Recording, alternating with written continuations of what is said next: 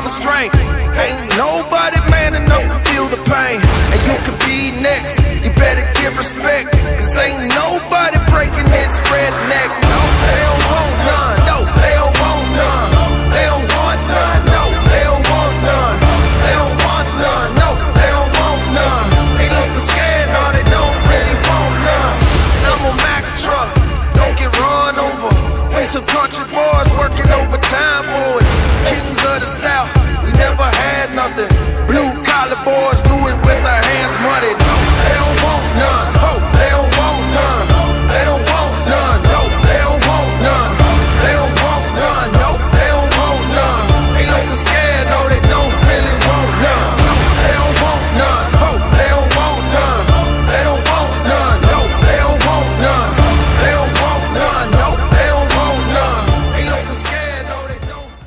I Malambasi Daeng Matawang dinobatkan menjadi Raja Goa ke-16 dengan gelar Sultan Hasanuddin pada bulan November 1653, menggantikan ayahnya Sultan Malikus Said pada saat beliau berusia 22 tahun. 2 tahun setelah dinobatkan, Sultan Hasanuddin kemudian menikahi I Bate Daeng Tomi atau I Lomo Tombong Karaeng Pabineang dan menjadi permaisurinya. I Bate Daeng Tomi adalah putri Mangada Cina Daeng Sitaba Karaeng Patingaloang Mangkubumi Kerajaan Goa. Sebelum Sultan Hasanuddin menjadi Raja Goa, Kerajaan Goa sudah bersahabat dengan Maluku, Ternate, Bimo, Ambon, dan beberapa kerajaan kecil lainnya. Belanda, Portugis, Inggris, dan Spanyol saling memperebutkan Maluku dan Ternate karena rempah-rempahnya, tapi karena adanya kerajaan Goa membuat Belanda tidak bisa menguasai Maluku. Sebelum Sultan Hasanuddin menjadi raja kerajaan Goa dan Belanda sudah bererang lebih dari 200 tahun. Pada bulan April 1655, Belanda menyerang kerajaan Buton di Maluku. Di dalam benteng Songba Opu, pusat kerajaan Goa.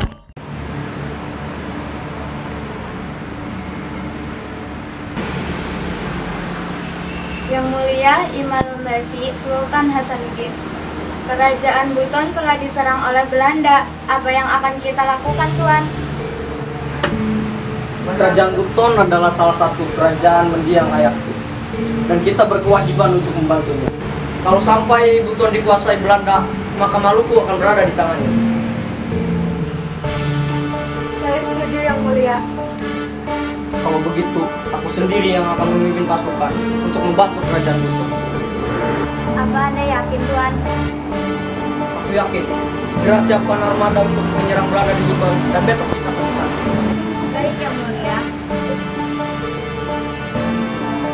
Tapi Yang Mulia, kalau kita membantu kerajaan Buton, pasti Belanda akan menyerang kerajaan Goa. Lebih baik kita diserang oleh bangsa asing daripada kita melihat sendiri saudara kita menderita. Kita orang Bugis Makassar, di dalam jiwa kita sudah tertanam sih. Keesokan harinya, Sultan Hasanuddin beserta tentaranya berlayar ke Buton. Pada perang itu, Sultan Hasanuddin berhasil memenangkan perang. Benteng pertahanan kompeni Belanda di Buton berhasil direbut dan 35 orang Belanda terbunuh dalam peperangan ini. Setelah perang itu, Belanda menyadari bahwa perang dengan Sultan Hasanuddin telah menelan biaya dan kerugian yang besar. Belanda kemudian mengirim beberapa perwakilan untuk membuat perjanjian, yaitu mulai dari Willem van der Beek, Willem Besting, dan Johan van Dam. Semuanya tidak berhasil menaklukkan Sultan Hasanuddin. Di markas besar VOC di Batavia,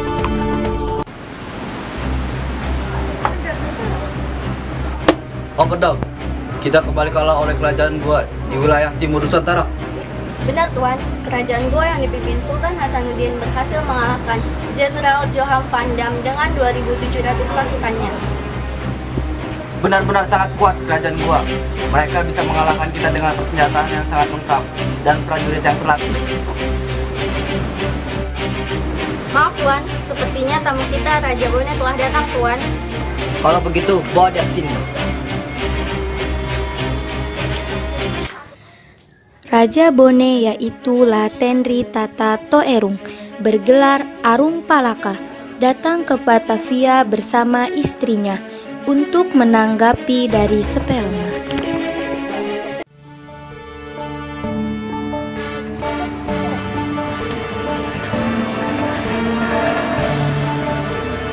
Wah, benar-benar luar biasa Batavia.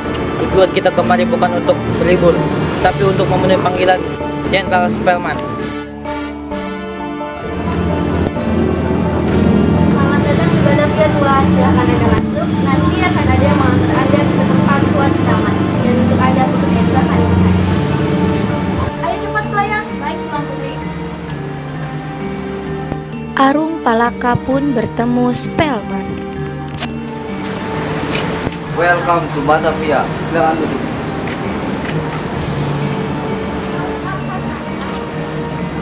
Jadi apa tujuan Anda memanggil saya ke sini?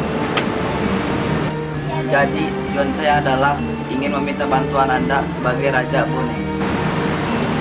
Bantuan seperti apa? Asal Anda tahu, saya tidak pernah bekerja sama dengan orang Belanda. Saya tahu persis orang itu. Anda sama persis dengan si Sultan Hasanuddin. Jadi begini, saya adalah Cornelius Spelman yang ditugaskan sebagai Gubernur Jenderal di wilayah timur. Jadi, apa keinginan Anda? Saya ingin kerajaan Goa bergabung dengan Belanda untuk mengalahkan Sultan Hasanuddin dan meruntuhkan kerajaan Goa. Mana mungkin saya membantu Belanda untuk mengalahkan saudara saya sendiri? Kita tidak berbicara bangsa, tapi keuntungan Anda jika membantu saya. Jika Anda membantu saya, kerajaan Bone akan di bawah perlindungan Belanda. Dan jika Goa runtuh, maka kerajaan Bone akan menguasai daerah timur sebagai kerajaan terkuat. Baiklah, saya terima tawaran Anda. Lagi pula, Bone sudah tidak perlu lagi berada di bawah kerajaan Goa lagi. Keputusan yang tepat. Saya akan menepati janji, dan mulai sekarang saya akan membantu kerajaan Bone. Setelah pertemuan itu, akhirnya persekutuan antara kerajaan Bone dengan Belanda akhirnya terbentuk, dan Arung Palaka beserta pengikutnya diberikan daerah Angke di Batavia sebagai bukti keseriusan Belanda. Belanda juga telah menyiapkan armada besar di Batavia untuk menyerang kerajaan Goa. Di benteng Somba Opo,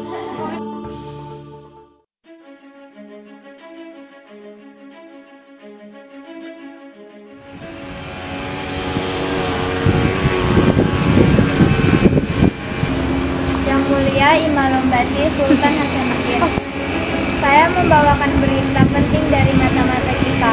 Saudara kita, Raja Arung Palaka, telah bersekutu dengan Belanda untuk melawan Anda. Bagaimana bisa dia mengkhianati kerajaan Goa dan bersekutu dengan Belanda? Kita harus menghindari perang saudara antara kerajaan Goa dengan Bone. Kalau begitu, apa langkah kita selanjutnya, Tuan? Segera perkuat pertahanan benteng, mulai dari benteng Bopu, benteng Galesong, dan semua benteng lainnya. Baik Yang Mulia, lalu bagaimana dengan kapal dematis milik Belanda, Tuan, yang berlayar di daerah kerajaan kita? Lucuti kapal itu dan ambil semua persenjataannya. Baik Yang Mulia, kalau begitu hamba permisi. Sementara itu, di Batavia, akibat pelucutan kapal milik Belanda Cornelius Spelman mempercepat persiapan Belanda untuk penyerangan habis-habisan kerajaan Goa. Dan akhirnya, armada Belanda pun lengkap dipimpin oleh Cornelius Spelman, dibantu oleh Arung Palaka dan Kapten Jonker dari Manipa dan sekutu-sekutu Belanda seperti kerajaan Buton. Armada itu berangkat dari Batavia tanggal 24 November 1666 dengan kekuatan yang besarnya 21 buah kapal perang besar, 6.000 orang tentara Belanda, 400 kapal Arung Palaka dan Kapten Jonker. Armada itu tiba di depan benteng Sombu Opu tanggal 19 Agustus 1667. di salah satu kapal milik Belanda.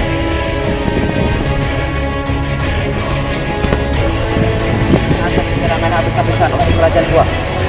Arung Palaka segera serang kerajaan Ujung Pandang, dan aku akan menyerang benteng Samba Opu. Aku akan meletakkan benteng Ujung Pandang dengan 6.000 pasukanku. Sementara di benteng Samba Opu, Sultan Hasanuddin memimpin lebih dari 10.000 pasukan dari kerajaan Goa dan Talo. Aku meminta bantuan kalian untuk mempertahankan kerajaan Goa. Kerahkan semua kekuatan kita. Hayat mayat yang menyerah. Lebih baik mati daripada harus kalah oleh Belanda. Aku akan membantu sebagai darah penghabisan, karena kerajaan Talo juga sebagian dari kerajaan Goa. Lebih baik mati daripada menyerah. Karang Karurung, segera pergi ke benteng Ujung Pandang untuk melawan Arung Palaka. Baik, Tuan.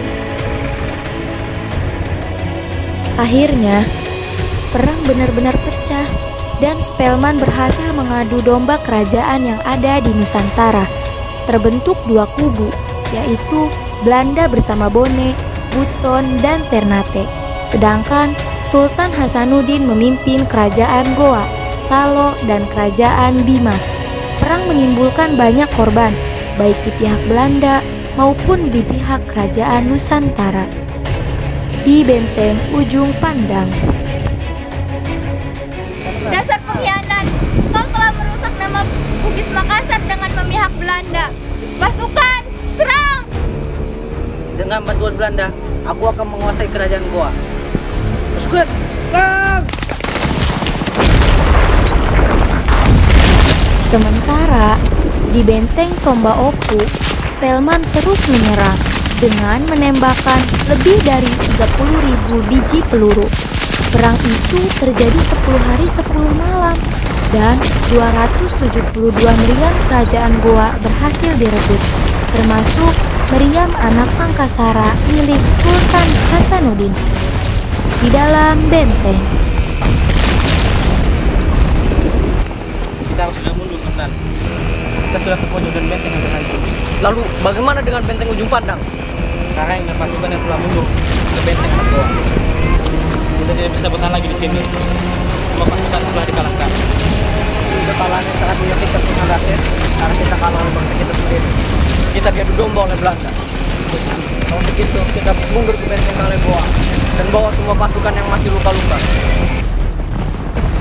setelah Sultan Hasanuddin mundur dari benteng Samba Opu, dan akhirnya perang telah dinyatakan selesai dengan kekalahan Sultan Hasanuddin. Benteng Samba Opu kemudian diratakan dengan tanah. Beribu-ribu kilo amunisi meledakkan benteng yang tebalnya 12 kaki ini. Udara merona merah dan tanah seakan gempa. Mayat-mayat bergelimpangan di mana-mana. Hangus dibakar ledakan mesiu dan api yang menjilat. Seluruh istana Samba Opu dihancurkan. Sultan Hasanuddin kalah perang, tetapi menurut pengakuan Belanda, pertempuran inilah yang paling dahsyat dan terbesar, serta memakan waktu yang paling lama dari yang pernah dialami Belanda di bumi Nusantara waktu itu. Sultan Hasanuddin dan pasukannya dijuluki ayam jantan dari timur karena semangatnya yang pantang mundur.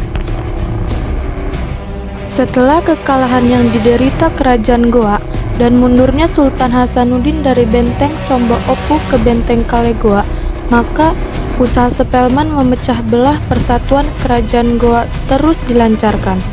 Usaha ini berhasil setelah diadakan pengampunan umum. Siapa yang mau menyerah diampuni Belanda. Beberapa pembesar kerajaan menyatakan menyerah. Karaeng Talo dan Karaeng Lengkese menyatakan tunduk pada perjanjian Bungaya. Sultan Hasanuddin sudah bersumpah tidak akan sudi bekerja sama dengan penjajah Belanda.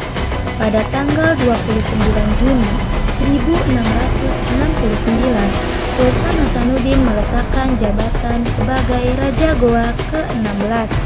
Setelah selama 16 tahun berperang melawan penjajah dan berusaha mempersatukan kerajaan Nusantara, sebagai penggantinya ditunjuk putranya I Mapasomba Daeng Nguraga bergelar Sultan Amir Hamzah. Sesudah turun tahta, Sultan Hasanuddin banyak mencurahkan waktunya sebagai pengajar agama Islam dan berusaha menanamkan rasa kebangsaan dan persatuan. Pada hari Kamis, tanggal 12 Juni 1670, bertepatan dengan tanggal 23 Muharram 1081 Hijriah, Sultan Hasanuddin wafat dalam usia 39 tahun.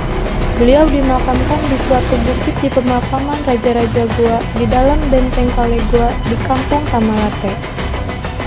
I Malombasi Daeng Matawang, Karaeng Bonto Mangape Sultan Hasanuddin menangari bala pangkana telah tiada, tetapi semangatnya tetap berkobar di dada setiap insan bangsa yang mendambakan perdamaian dan kebebasan di bumi Pancasila ini.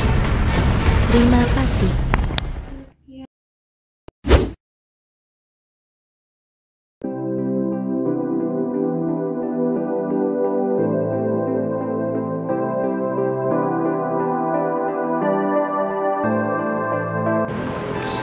Ya.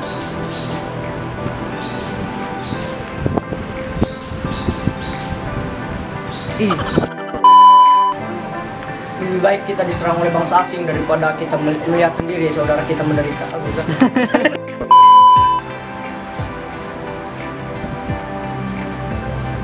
Si Janjan itu ngelamun kau. Ngelamun ya. Action. Oh betul.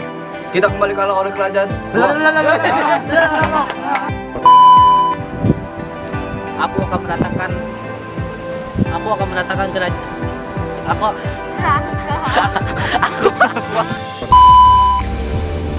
Dengan bantuan Belanda, aku akan menguasai kerajaan Goa.